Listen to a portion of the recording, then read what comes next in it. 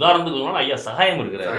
நீங்க நேர்மையான அதிகாரின்னு பேர் எடுத்தவர். நீங்க கனிம வள கொள்ளை அதிமுக ஆட்சியில் நடக்கும்போது அதை மிக கடுமையா எதிர்த்தாரு, படுத்தாரு. திமுக ஆட்சிக்கு வந்த உடனே அவர் தலையில தூக்கி வச்சு கொண்டாடுவாங்கன்னு மக்கள் எதிர்பார்த்தாங்க. ஆனா என்ன நடந்தது?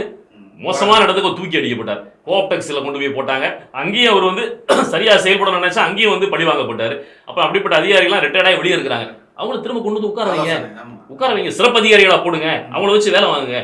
நீங்க பல அதிகாரிகள் இருக்காங்க. நான் சொல்றேன், நேர்மையாக மக்களுக்காக வேலை செய்யணும் அதிகாரிகளை பல அதிகாரிகள் நம்மளே சந்திச்சிருக்கோம். நான் சந்தித்த ஒரு போலீஸ் அதிகாரி செய்த செயலை நான் உங்களுக்கு சொல்றேன்.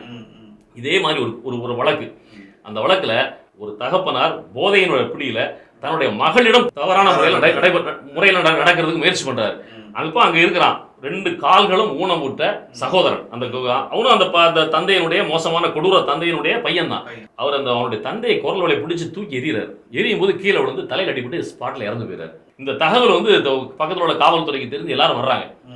நான் சொல்லுகின்ற ஒரு அதிகாரி பேரை நாங்க சொல்ல விரும்பல, அவரும் அங்க வர்றாரு.